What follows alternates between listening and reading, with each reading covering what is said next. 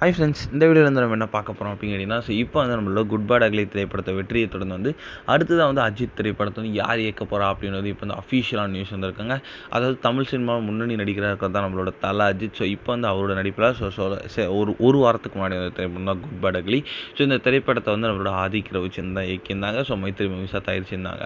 So இந்த திரைப்படத்தை தல அஜித் கூட சேர்ந்து ஒரு த்ரிஷா, சுனில், பிரசன்னா, அர்ஜுன் தாஸ் அப்படி இப்படின்ட்டு வந்து ஏகப்பட்ட கதாபாத்திரங்கள் இந்த திரைப்படத்தில் ரொம்ப ரொம்ப முக்கியமான ரோலில் நடிச்சிருந்தாங்க.